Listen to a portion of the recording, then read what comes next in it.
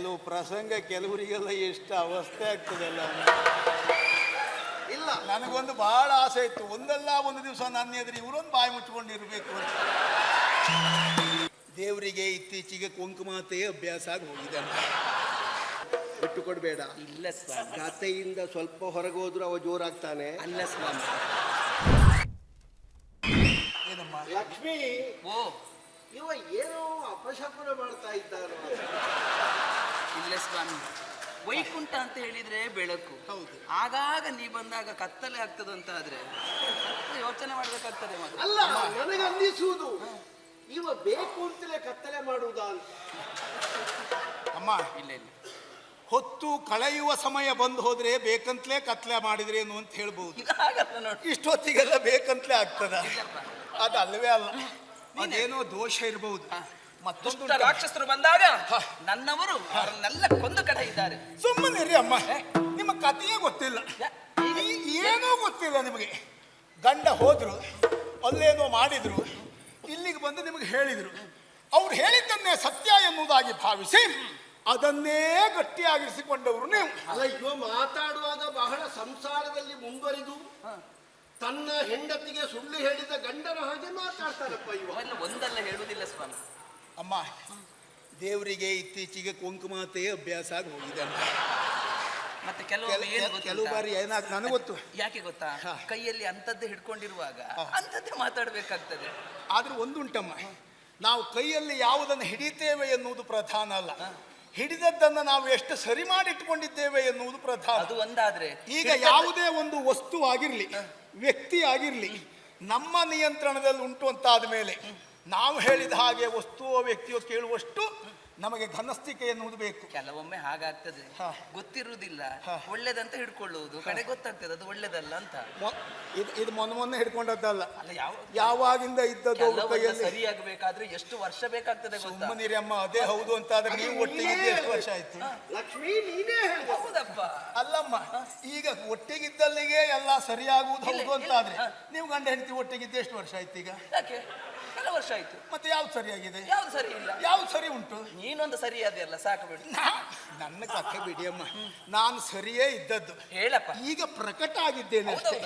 ಸರಿ ಇದ್ದದ್ರಿಂದ ನಾನು ಸ್ವಲ್ಪ ಒಳಗಡೆಯೇ ಇದ್ದೆ ಅಷ್ಟೇ. ಈ ಚಕ್ರ ತಿರುವಾಗ ಬಹಳ ಚಂದ ಕಾಣ್ತದೆ ಹಾಗೆ ಅಮ್ಮ. ಯಾಕೆಂದ್ರೆ ನಾನೀಗ ಆಕ್ಷೇಪಿಸುವುದು ಯಾರನ್ನ? ನಿಮ್ಮ ಮಾತನ್ನ, ಯಾಕೆ? ನಿಮ್ಮ ಗಂಡ ಮಾಡಿದ ಕಾರ್ಯವನ್ನ. ಆ ಘೋರ ದಾನವರೆಲ್ಲ ಹೋರಾಟಕ್ಕಾಗಿ ಬಂದಾಗ ನಿಮ್ಮ ಗಂಡ ಏಕಾಂಗಿಯಾಗಿ ಹೋರಾಟ ಮಾಡಿ ಆ ರಕ್ಕಸರನ್ನು ಕೊಂದದ್ದು ಅಂತ ಮಾಡಿದ್ರ? ಅಲ್ವೇ ಅಲ್ಲ. ಮತ್ತೆ ಸಮರಕ್ಕಾಗಿ ಘೋರ ರಕ್ಕಸರೆಲ್ಲ ಬಂದಾಗ ನಾನು ನಿಮ್ಮ ಗಂಡನ ಕೈ ಸೇರಿದ್ರಿಂದ ಸುದರ್ಶನಧಾರಿ ಅವರು, ಅವರ ಕೈಯಲ್ಲಿ ಈ ಸುದರ್ಶನ ಇರುವುದರಿಂದ ಅವರು ಗೆಲುವನ್ನು ಪಡೆದದ್ದು, ರಕ್ಕಸರನ್ನ ಕೊಂದದ್ದು. ನಾನು ಸೇರಿಕೊಂಡುವುದರಿಂದ ಸರ್ವಕ್ಕೂ ಕಾರಣ. ಅವ್ರು ಏನಾದ್ರೂ ಸ್ವಲ್ಪ ಹೆಸರು ಬಂದದ್ದುಂಟ ಇದ್ರೆ ನಾ ಬಂದ ಮೇಲೆ ನೆನ್ಪಿಟ್ಕೊಳ್ಳಿ. ಮುಚ್ಚು ಮುಚ್ಚಲ ಬಾಯ ಕಿಚ್ಚನ ಬಾಣೆಯ ಕೊಚ್ಚದಿರನ್ನೊಡನೆ ಅಚ್ಚುತಗಿಲ್ತ ನಿನ್ನಚ್ಚವಿರನು ನಿನ್ನ ಹೆಜ್ಜೆಗಾಯಿತು ಕಂಡುದು. ಲಕ್ಷ್ಮೀದೇವಿ, ಇದು ಮರ್ಯಾದೆಯ ಪ್ರಶ್ನೆ. ಇದು ನನ್ನದು ಮಾತ್ರ ಅಲ್ಲ, ನಮ್ಮ ಇಬ್ಬರದ್ದು ಮರ್ಯಾದೆಯ ಪ್ರಶ್ನೆ. ಮತ್ತೆ ಒಂದೇ ಕಡೆಯಲ್ಲಿರುವಾಗ ಮರ್ಯಾದೆ ಅಲ್ಲದೆ ಮತ್ತೆ ನೋಡು, ನೀನು ಮಾತಿಗೆ ಆರಂಭ ಮಾಡಿದೆ. ಹೌದು, ನಾನು ಹೇಳಿದ್ದೆ ನನ್ನನ್ನು ಹೊಗಳು ಅಂತ. ಇಲ್ಲ, ನೀ ಹೊಗಳಿದ್ದಲ್ವಾ? ಅವ ಏನು ಅಲ್ಲ ಅಂತ ಹೇಳಿದ್ರೆ ಹೌದು ಅಂತ ಹೇಳಿಸಬೇಕಾದ ಹೊಣೆ ನಿನ್ನದ್ದಲ್ವಾ? ನಾನಿದ್ದೇನಲ್ಲ ಸ್ವಾಮಿ.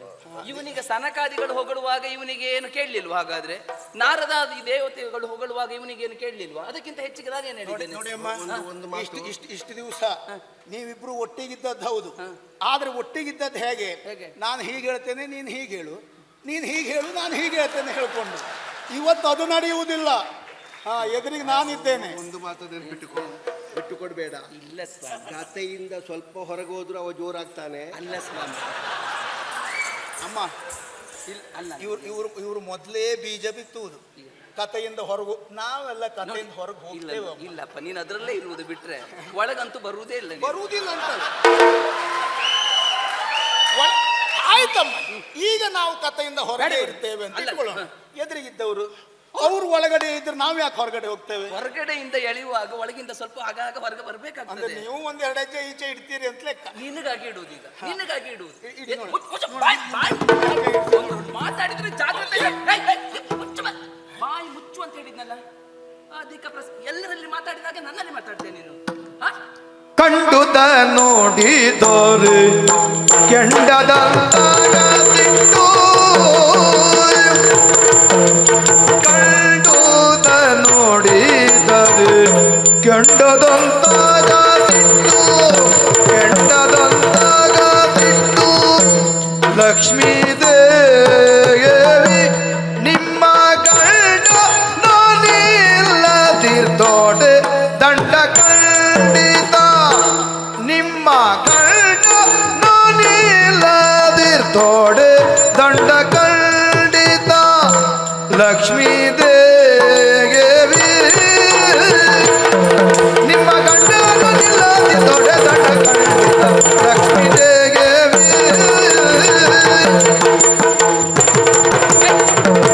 ಮಾತಾಡ್ಬೇಡ ಅಂತ ಹೇಳಿದಲ್ವಾ? ಸಾಕಮ್ಮ. ಎಂತದ್ದ ನೀನು? ಅಲ್ಲ, ಮಗನ- ಏನೇನು ಅಚ್ಚುತನಿಂದ ಹೆಚ್ಚೇನೋ ನೀನು? ಖಂಡಿತ ಹೌದಮ್ಮ. ಚ್ಯುತಿರಹಿತರು ಅಂದ ಕಾರಣಕ್ಕಾಗಿ ಅವರನ್ನು ಅಚ್ಚುತ ಅಂತ ಕರೆದ್ರು. ಏನು ಅವರಿಂದ ಹೆಚ್ಚಾಗುವುದಕ್ಕೆ ಸಾಧ್ಯವ ನೀನು? ನಿಮಗೆ ಗೊತ್ತಾಗ್ಲಿಲ್ಲ ಎಂಬಲ್ಲಿಗೆ ಅದೇ ಸತ್ಯ ಅಂತ ಭಾವಿಸಬೇಡಿ. ಮತ್ತೆ ನೀನ್ ಹೇಳುದು ನಾವು ಯಾವ್ದು ಸತ್ಯ? ಮಾತಾಡಿದಾಗ ನಿಮಗೆ ಸಿಟ್ಟು ಬರ್ಲಿಕ್ಕೆ ಪ್ರಾರಂಭ ಆಯ್ತು. ಕೆಂಡದಂತಹ ಕೋಪ. ಮತ್ತೆ ಯಾರಿಗೆ ಸಿಟ್ಟು ಬಾರದೆ ಇರ್ತದೆ ಹೇಳು? ನಿಮಗೆ ಸಿಟ್ಟು ಯಾಕೆ ಬಂತು ಅಂತ ನನಗೆ ಅರ್ಥ ಆಯ್ತು. ಒಂದು ಕೈಯಲ್ಲಿ ಹಿಡ್ಕೊಂಡವನೇ ನೀನೇ ಇಷ್ಟು ಮಾತಾಡುವಾಗ ಜೊತೆಯಲ್ಲಿ ವಕ್ಷಸ್ಥಳದಲ್ಲಿ ಇದ್ದವನು ನನಗೆ ಎಷ್ಟು ಸಿಟ್ಟು ಬರುವುದಿಲ್ಲ ಹೇಳು? ಅಮ್ಮ, ಸಿಟ್ಟು ಬರಬೇಕು. ಯಾವಾಗ? ಯಾವಾಗ? ಇದ್ರಿಗಿದ್ದವ ಸುಳ್ಳು ಹೇಳಿದಾಗ ಸಿಟ್ಟು ಬರಬೇಕು. ನಾನು ಸುಳ್ಳು ಹೇಳಲಿಲ್ಲ, ಆದರೂ ನಿಮಗೆ ಸಿಟ್ಟು ಬಂತು ಯಾಕೆ? ಯಾಕೆ? ಕಂಡುದ ನುಡಿದರೆ ಕೆಂಡದಂತಹ ಸಿಟ್ಟು. ನಿಮಗಾದದ್ದು ಹಾಗೆ, ಇದ್ದದ್ದನ್ನು ಇದ್ದ ಹಾಗೆ ಹೇಳಿದ್ನೋ ಇಲ್ವೋ, ಹಾಗಾಗಿ ನಿಮಗೆ ಕೋಪ ಬರ್ತಾ ಇದೆ. ಅಲ್ಲ, ಒಂದೇ ಮಾತಿನಲ್ಲಿ ಹೇಳ, ಇದ್ದದ್ದು ಇದ್ದಾಗ ಹೇಳುವಂತ ಗುಣ ನಿನ್ನಲ್ಲಿ ಉಂಟಾ? ಖಂಡಿತ ಉಂಟು. ಇಷ್ಟೊತ್ತು ಹೇಳಿದ್ದು ಅದನ್ನೇ, ಅದಕ್ಕೆ ಇನ್ನು ಮುಂದೆ ಹೇಳುವುದು ಅದನ್ನೇ. ಯಾಕೆ ಕೇಳಿ. ಯಾಕೆ? ನಿಮ್ಮ ಗಂಡನೇ ಎಲ್ಲವುದಕ್ಕೂ ಕಾರಣ ಎನ್ನುವುದಾಗಿ ನೀವು ಭಾವಿಸಿದ್ರು, ಸತ್ಯ ವಿಷಯ ಅದಲ್ಲ. ನಿಮ್ಮ ಗಂಡ ನಾನಿಲ್ಲದಿರ್ದೊಡೆ ದಂಡ. ನಾನಿದ್ದರಿಂದ ನಾನಿಲ್ಲದೆ ಇದ್ರೆ ನಿಮ್ಮ ಗಂಡ ದಂಡ, ದಂಡ ಪಿಂಡ. ಎಲ್ಲಿವರೆಗೆ ಹೇಳಿದವ? ನಿನ್ನ ಗಂಡ ಅವ ಇದ್ದದ್ದರಿಂದಲೇ ಇರುವುದು ಅಂತ ಮಾಡಿಬಿಟ್ಟವ. ಅಷ್ಟಾಯ್ತಲ್ಲ ಅವನ ಮಾತು. ಇದಕ್ಕೊಂದು ಉತ್ತರ ಸರಿ ಕೊಡದೇ ಇದ್ರೆ ಸ್ವಲ್ಪ ನಮಗೆ ಅಸ್ತಿತ್ವವೇ ಇಲ್ಲ ಅಂತ ಆಗ್ತದೆ. ನಾನು ಕೊಡ್ತೇನೆ, ಸ್ವಲ್ಪ ಕುತ್ಕೊಳ್ಳಿ.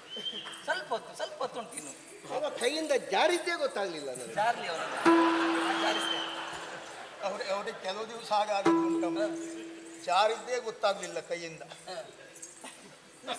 ಅಲ್ಲ, ಇವ ಹೀಗೆ ಬರುವುದೇ ಅಪರೂಪ. ಅವ ಬರ್ತಾನೆ ಅಂತ ಇರ್ತಿದ್ರೆ ನಾನು ನಿನ್ನನ್ನು ಮಾತಾಡ್ಲಿಕ್ಕೆ ಬಿಡ್ತಿರ್ಲಿಲ್ಲ. ಏನಾಗ್ಲಿಲ್ಲ, ನಾನು ಸರಿ ಮಾಡ್ತೇನೆ. ಸರಿ ಸರಿ ರಮಣನು ಮತ್ಸ್ಯ ವರಹ ಕೂರ್ಮ ನರಸಿಂಹ ರೂಪವನು.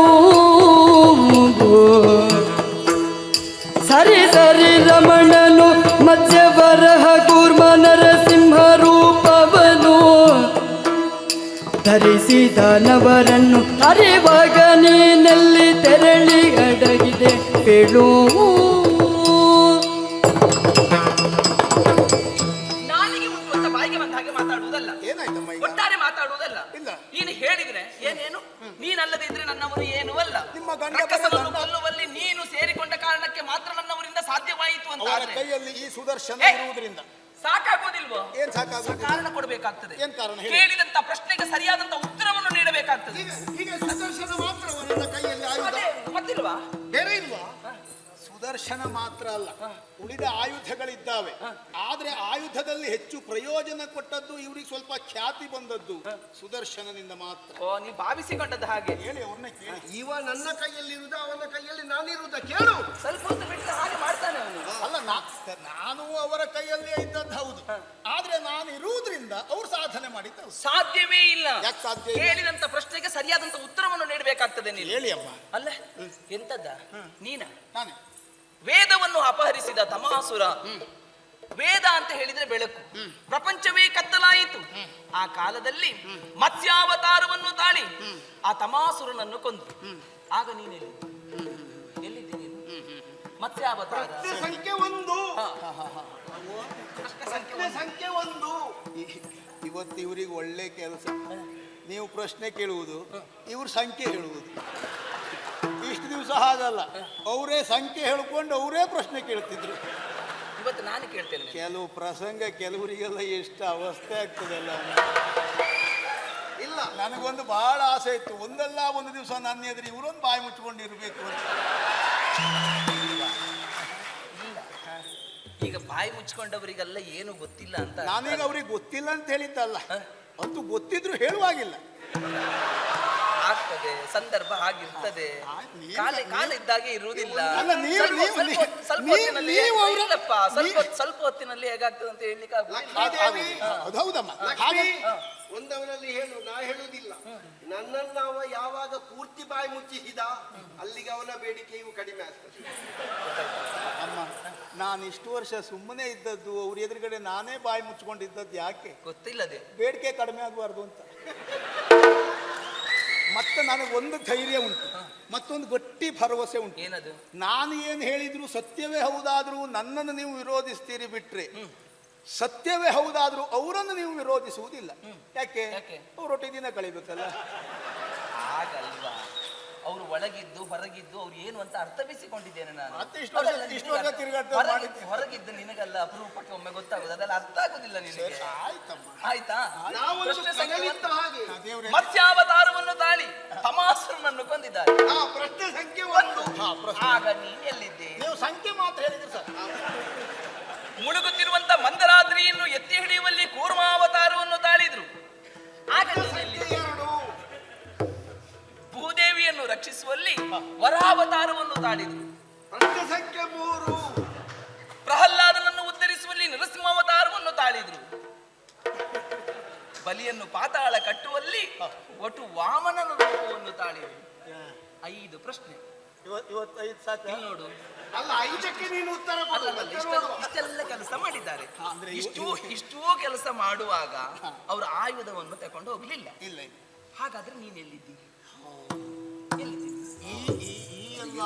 ಎಲ್ಲಿದ್ದೆ ಎನ್ನುವುದು ಮಾತ್ರ ಅಲ್ಲ, ಹೇಗಿದ್ದೆ, ಏನಾಗಿದ್ದೆ, ಏನು ಮಾಡಿದ್ದೆ, ಅದೆಲ್ಲ ಬೇಕು ನಮಗೆ. ನೀನು ಒಟ್ಟಾರೆ ಮಾತಾಡಿದ್ರೆ ಆಗುದಿಲ್ಲ. ಈಗ ಇವತ್ತು ನಿನಗೆ ಪ್ರಥಮ ಪರೀಕ್ಷೆ ಆದದ್ದರಿಂದ 5 ಪ್ರಶ್ನೆ. ಮತ್ತೆ ಇನ್ನೊಮ್ಮೆ ನೀನು ಎಲ್ಲಿಯಾದ್ರೂ ಹೀಗೆ ಹೊರಗೆ ಬಂದ್ರೆ 2ನೇ ಪರೀಕ್ಷೆಯಲ್ಲಿ 15 ಪ್ರಶ್ನೆ. ಸರಿ, ಈ 5 ಪ್ರಶ್ನೆಗೆ ಉತ್ತರ ಬೇಕಲ್ವಾ? ನಾನು ಎಲ್ಲಿದ್ದೆ ಅಂತ ಹೇಳಿ ಮತ್ತೆ ಯಾವತ್ತಾದ